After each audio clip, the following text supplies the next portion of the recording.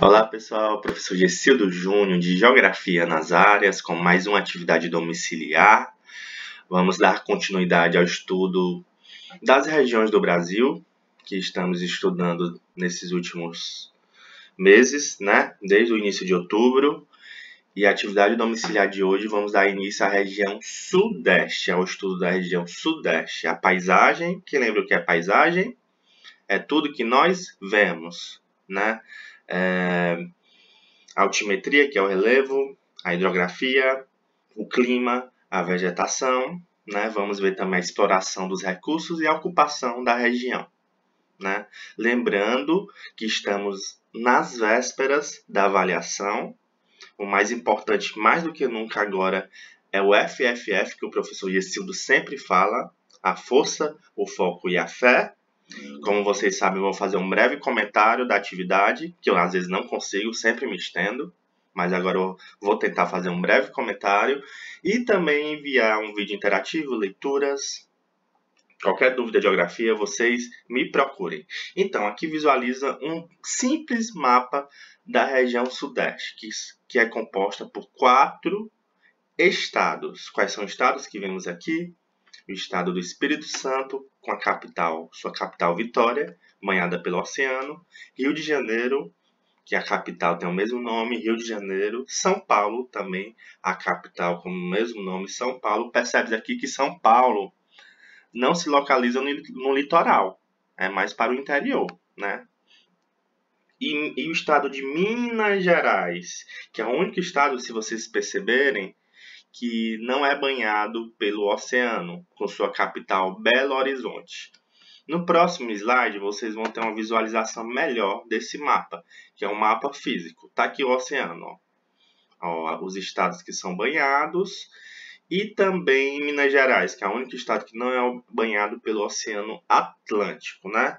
Então, esse mapa, que são os aspectos físicos, vocês podem perceber, observar que os tons mais escuros que estão aqui na legenda significa altimetria, né, da região. Tons mais escuros, que são os relevos de altitudes elevadas.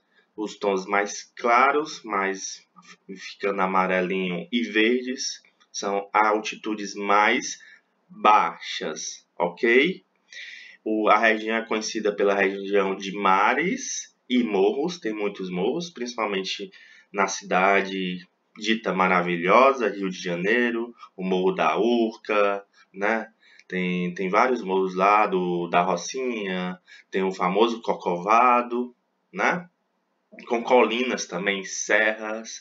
Isso prolonga-se no litoral, não só do Rio de Janeiro, porque a capital do Rio fica no litoral, mas em todo o litoral do Sudeste, Espírito Santo, o litoral de São Paulo, que é Santos, São Vicente, entre outras cidades do litoral. Então é muito conhecido pela região dos mares de morros, não é mares e morros, é mares de morros, né? O mar e logo vem os morros, ok?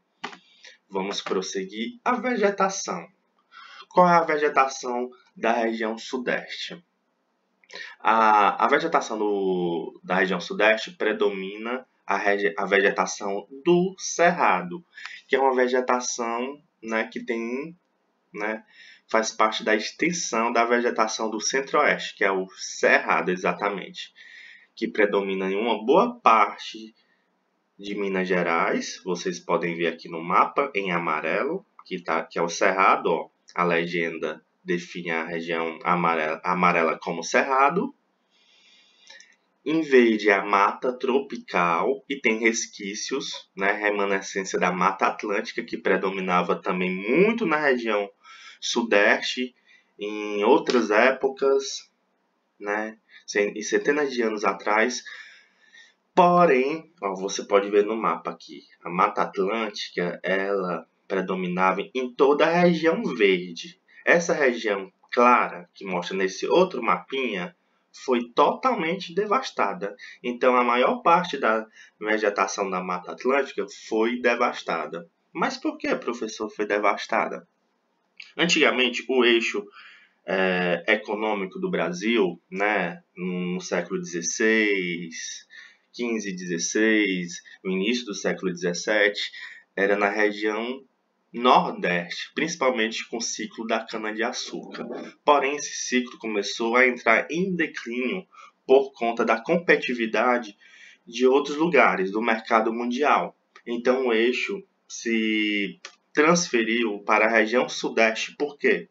Com o ciclo do ouro nessa região noroeste aqui de Minas Gerais e começou a povoar, né? O número de habitantes por quilômetro quadrado começou a aumentar, deu um boom, naquele boom, um aumento assim em pouco tempo, principalmente no século XIX, após a Revolução Industrial e também o ciclo do café. Então essas atividades econômicas impulsionaram inicialmente a imigração europeia, né? Atraíram pessoas, depois um grande povoamento, população, atividades econômicas, agropecuárias, industrialização. Então, essa Mata Atlântica foi devastada por esses diversos fatores. Agora, nesse mapa, percebemos alguns pontos escuros. Esses pontos escuros foi o que sobrou na Mata Atlântica na região sudeste. Alguns pontinhos escuros, verdes escuros, ó. Sobrou muito pouco. E a Mata Atlântica teve épocas, que começa ainda hoje, né, se inicia do Nordeste até o Sul. Mas nessa região Sul-Sudeste foi muito devastada, principalmente no Sudeste, né? Predominava em uma grande parte do nosso Brasil. Voltando para esse mapa da vegetação, ao norte de Minas Gerais, podemos observar um pedacinho do predomínio da caatinga, que é a extensão da vegetação do Nordeste, né? Essa região do litoral, podemos observar a vegetação litorânea, né? E no sul de São Paulo, tem um pouco da vegetação da região, aliás, do sul de São Paulo, tem um pouco da vegetação araucária, que é as matas dos pinhais, que é a extensão da vegetação da região sul, principalmente essa parte do Paraná. Ok, então essa é a vegetação da região sudeste. Sempre quando observar algum mapa, lembrando o sexto ano, reparem no título, que já diz muito do mapa, e a legenda com suas respectivas cores ou símbolos. Tudo bem? Aí dá para você interpretar e entender o mapa legal. Vamos prosseguir? Agora, o clima da região sudeste. O clima é predominantemente o clima tropical típico. O tropical típico é o clima da região centro-oeste também. Como é que se caracteriza esse clima? Esse clima se caracteriza por duas estações bem definidas. Quais são? A estação do verão úmido, chuvoso, com precipitações, com grande pluviosidade, e inverno seco, com estiagem, com poucas chuvas, né? No inverno, a temperatura em algumas localizações, principalmente em São Paulo, chega de 8 a 15 graus, 12. No verão, e nas serras gaúchas, nas serras paulistas, nas serras de outros estados, obviamente que essa temperatura é menor, ok? Por exemplo, na Serra da Mantiqueira, a média anual, juntando a média do verão e inverno, é de 15 a 20 graus. Uma temperatura bacana. O professor não gosta de frio. Ok? Mas no verão, quem escutou a música da Fernanda Abreu já. O professor não vai cantar porque o professor tem uma voz péssima, mas pode declamar. Aquela música, Rio 40 graus. Então, Rio de Janeiro chega a 40 graus, São Paulo 30, 35 graus. Então, assim, o verão é quente, aí a evaporação, então costuma ter muitas chuvas. Ok? Vamos prosseguir. Então, o clima é tropical típico. verão úmido, chuvoso e inverno seco com estiagem, menos chuvas. A hidrografia e o relevo. Essa parte do relevo o professor já explicou. A hidrografia, como é uma região assim com predominância de planaltos, planaltos são terrenos mais elevados, né, como vocês já sabem, e geralmente onde se encontra as nascentes. Não é diferente na região sudeste.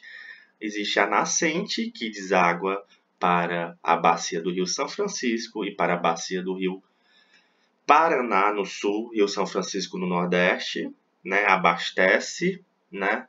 Tem muitas corredeiras e quedas d'água por ser região de planaltos, né? E como é próximo do oceano, essas nascentes desaguam no oceano e também para o interior, ok? Então, isso são os recursos hídricos da região sudeste. Os principais rios ou bacias hidrográficas são as bacias hidrográficas do Atlântico Sudeste e a bacia hidrográfica do Atlântico Leste. Tem um rio muito conhecido em São Paulo, que é o rio Tietê. Tá certo? Vamos prosseguir. Os processos erosivos e a ação humana. Então, a região sudeste, né, como é uma região de grande evidência econômica, industrial e urbana, concentra uma grande população, né, a ação humana ocasiona vários impactos ambientais. E na época da chuva, no verão, essa situação se agrava, porque com a chuva, o asfalto, né, a agropecuária, que tem os agrotóxicos, provocam a impermeabilização do solo. O que é a impermeabilização do solo? Quando a precipitação atinge a superfície terrestre, ela não infiltra para os lençóis freáticos, ou os lençóis de água. Esses lençóis é que vão abastecer também os rios e os lagos, importante recurso de água para toda a população ao entorno. E às vezes está até contaminado.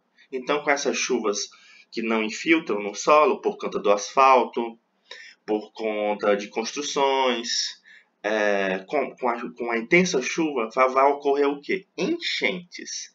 E também, como é uma região de morros, de planaltos, acontecem os deslizamentos. A água desce mais com força, ocasionando destruições e também tragédias, né? Como vemos, isso se repete há muitos anos, na verdade todos os anos, né? E outro impacto grande disso é pela agropecuária, extrações dos recursos minerais através do desmatamento. Então, a ação humana ali gera um caos e também a falta de uma infraestrutura, né, de ações políticas. Então, é uma ação muito delicada, ocasionando impactos ambientais e humanos, perda de vidas. Como aconteceu que